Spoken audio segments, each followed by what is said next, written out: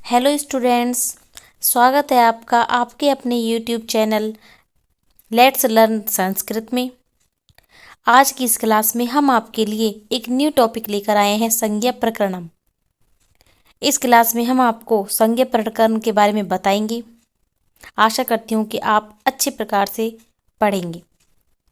सबसे पहले हम संज्ञा के बारे में जानते हैं कि संज्ञा क्या है, किससे मिलकर बना है। सम प्लस ज्ञा, यहाँ पर देखो जा, ज्ञा और आ, इनसे क्या बना है, सम प्लस ज्ञा संज्ञा, जिसमें क्या है, अनुस्वार संधि है। दूसरा है, हम इसे इस प्रकार से भी लिख सकते हैं, सम प्लस ज्ञा, जो किससे मिलकर बना है, ज प्लस ग प्लस आ। इसमें कौन सी संधि है, परसवर्ण संधि। अब हम जानेंगे प्रकरण के बारे में कि प्रकरण क्या है।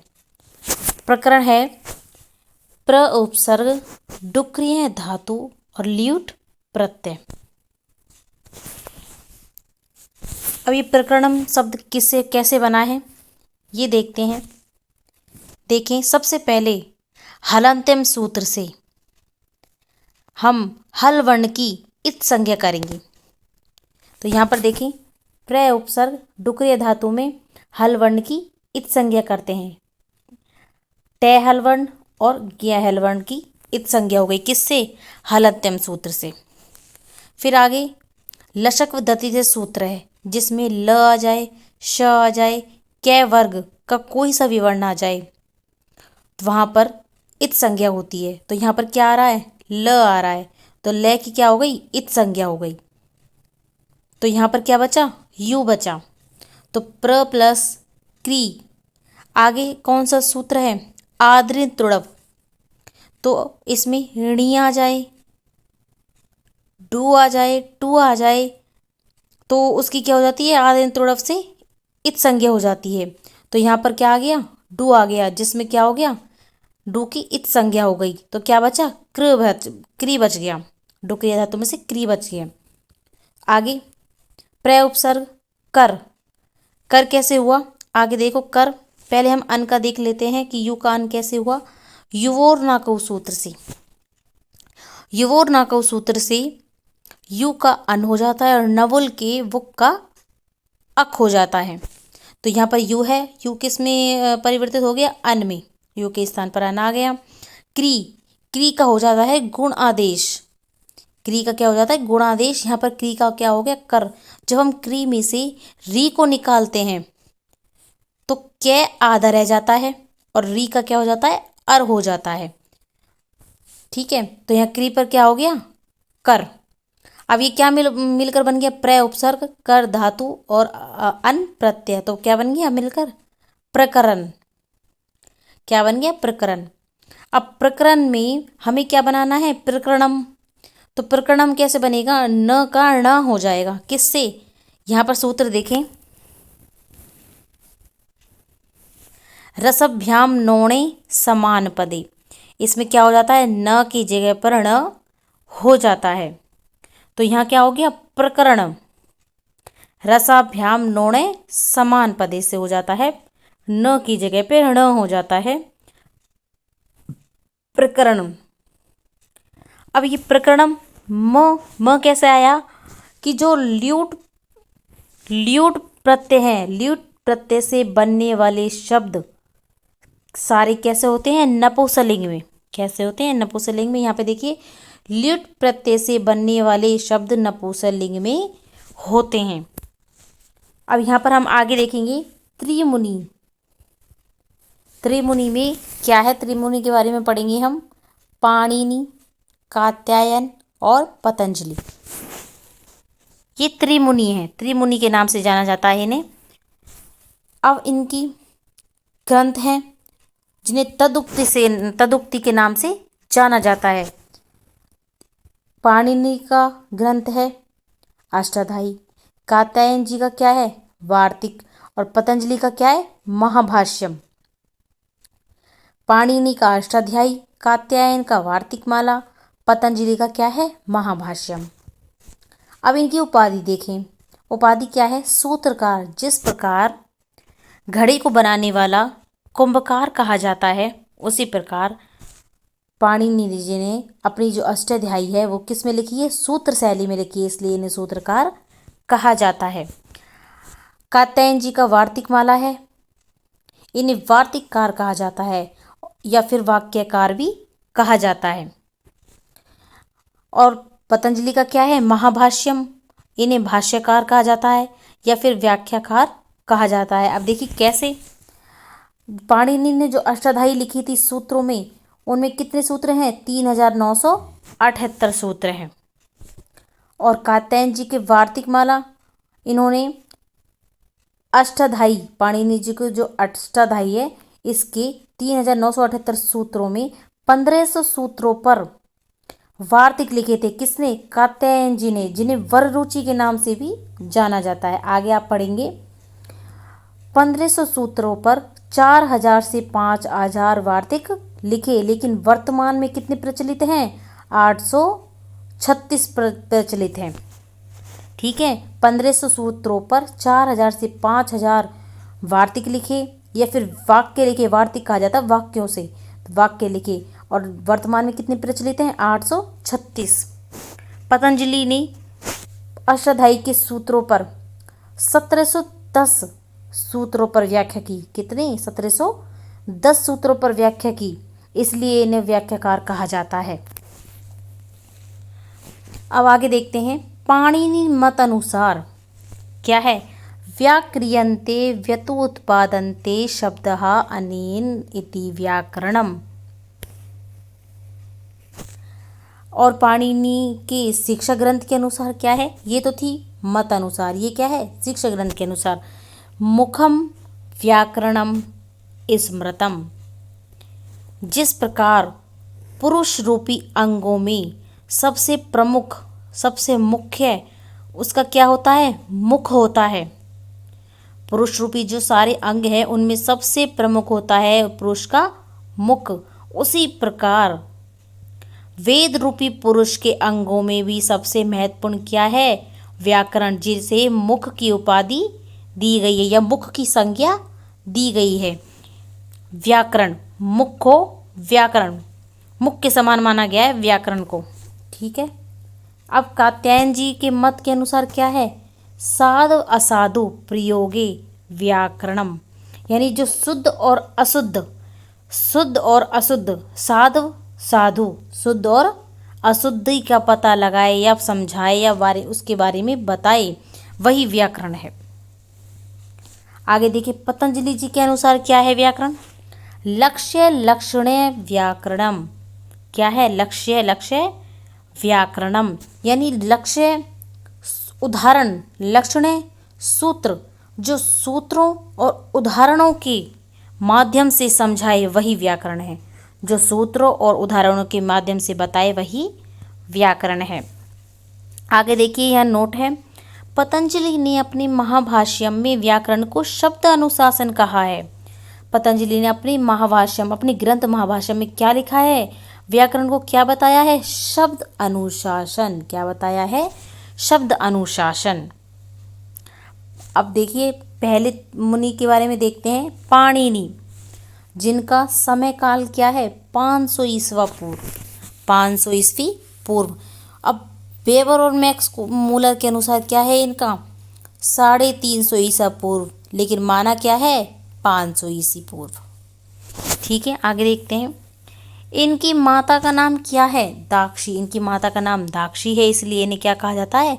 दाक्षी पुत्र कहा जाता है। इनके पिता का नाम है पाणिन, इसलिए इन्हें पाणिनि भी कहा जाता है। और इन निवासी कहाँ के थे? शालातुर के, तो इसलिए इन्हें शालातुर्य भी कहा जाता है। गुरु, इनके गुरु कौन है? वर्ष। और वैसे इन्हें क्या कहा जाता है? वर्षाचार्य। क्यों कहा जाता है? क्योंकि यह आचार्य थे, इसलिए वर्षाचार्य इन्हें कहा जाता है। इनकी शिक्षा कहाँ हुई? तक्षशिला में इनकी शिक्षा हुई, जो कहाँ पर वर्तमान में कहाँ पर स्थित है? पाकिस्तान, रावलपिंडी में स्थित है। और इनका सर्वश्रेष्ठ ग्रंथ कौन सा है? अष्टाध्यायी, जो मैंने अभी आपको बताया है, और आगे इसके बारे में चर्चा भी करेंगे। आगे देखते हैं। पाणिनि को पंचपाठी के नाम से भी जाना जाता है। पंचपाठी यानी 5 पाठ, जिसमें क्या क्या है? धातु पाठ, सूत्र पाठ, गण पाठ, उणादि पाठ और लिंग अनुशासनम। इन्होंने महाकाव्य भी लिखे, जामवती विजयम या फिर पाताल विजयम। आगे देखें, अष्टाध्यायी के बारे में आप सुनेंगे। अष्टाध्यायी इनका ग्रंथ है किसका? पाणिनि जी का ग्रंथ है अष्टाध्यायी। कात्यायन जी का क्या है? वार्तिक माला। और पतंजलि का क्या है? महाभाष्य। तो अष्टाध्यायी में कितने अध्याय हैं? जैसे नाम से ही पता लग रहा है अष्टाध्यायी, तो अष्टाध्यायी में कितने हैं? 8 अध्याय हैं। प्रत्येक अध्याय में कितने चरण हैं या पाद? 4 चरण या पाद हैं। तो हम प्रत्येक अध्याय में जब 4 चरण हैं तो 8 अध्याय में कितने हो गए? 8 चौक 32 चरण हो गए, जिनमें 7.25 अध्याय सिद्ध हैं, यानी सिद्ध हैं 7.25 अध्याय। और 8वें अध्याय के 3 पाद हैं, उन्हें जिन्हें त्रिपाद कहते हैं, वे कैसे हैं? असिद्ध हैं। और 7.25 अध्याय को क्या कहा जाता है? सपाद सप्तपदी। और 8वें अध्याय के 3 पाद क्या कहे जाते हैं? त्रिपाद असिद्ध, जो कि असिद्ध हैं। और 7.25 अध्याय सिद्ध हैं, और जो त्रिपाद है 8वें अध्याय के 3 पाद त्रिपाद असिद्ध हैं। कुल हो गए 32 चरण, जिनमें से 29 तो सिद्ध हैं और 3 कैसे हैं? असिद्ध हैं। 29 जो है सिद्ध हैं और 3 असिद्ध हैं। अष्टाध्यायी में कितने? 4,000 लगभग सूत्र हैं, जिनमें 14 माहेश्वर सूत्र हैं, जिन्हें शिव सूत्र कहा जाता है। जिन्हें क्या कहा जाता है? शिव सूत्र कहा जाता है। और ये कितने हैं? 3,978। कहीं पे अलग अलग संख्या मिलती है इनकी। प्रथम सूत्र, इनका प्रथम सूत्र, द्वितीय सूत्र और अंतिम सूत्र देख लेते हैं। कौन सा है प्रथम सूत्र? वृद्धिरादेश। द्वितीय सूत्र अधेहि गुना और अंतिम सूत्र ए। वृद्धिरादेश में देखिए, पहले अध्याय का पहले चरण का और पहला ही सूत्र है। द्वितीय सूत्र में देखें, अधेहि गुना पहले अध्याय का पहले चरण का दूसरा सूत्र है। अब देखिए अंतिम सूत्र में 8वें अध्याय का चौथे चरण का 68वां सूत्र है। आगे देखते हैं कात्यायन जी। पहले हमने पढ़ा था पाणिनि जी के बारे में, अगला हमने क्या पढ़ा है? कात्यायन जी के बारे में। कात्यायन जी का नाम क्या है? वररुचि। कहीं कहीं पे इन्हें वररुचि मिलेगा, कहीं पे कात्यायन जी और कहीं पे इन्हें वररुचि नाम से भी पूछ लिया जाएगा। इन्हें मेधाजीत भी कहते हैं और पुनर्वसु भी कहते हैं। समय कितना है इनका? 350 ईसा पूर्व। दक्षिणात्य क्या है? दक्षिण के यानी दक्षिण के रहने वाले माने जाते हैं ये। पिता इनके याज्ञवल्क्य के माने जाते हैं। और सर्वश्रेष्ठ ग्रंथ कौन सा है इनका? वार्तिक माला, जिसे वार्तिक वाक्यकार कहा जाता है। महाकाव्य इनका कौन सा है? स्वर्गारोहण। महाकाव्य कौन सा है? स्वर्गारोहण। और आपने पाणिनि जी के महाकाव्य कौन से हैं? जामवती विजयम और पाताल विजयम। इनके महाकाव्य कात्यायन जी के महाकाव्य स्वर्गारोहण। आगे देखिए वार्तिकम। वार्तिकम यानी वार्तिक कह लो, वार्तिक माला या वार्तिकम अष्टाध्यायी सूत्र हैं, जो उनमें 1500 सूत्रों पर वार्तिक लिखे। कितने? 4 से 5,000 लिखे।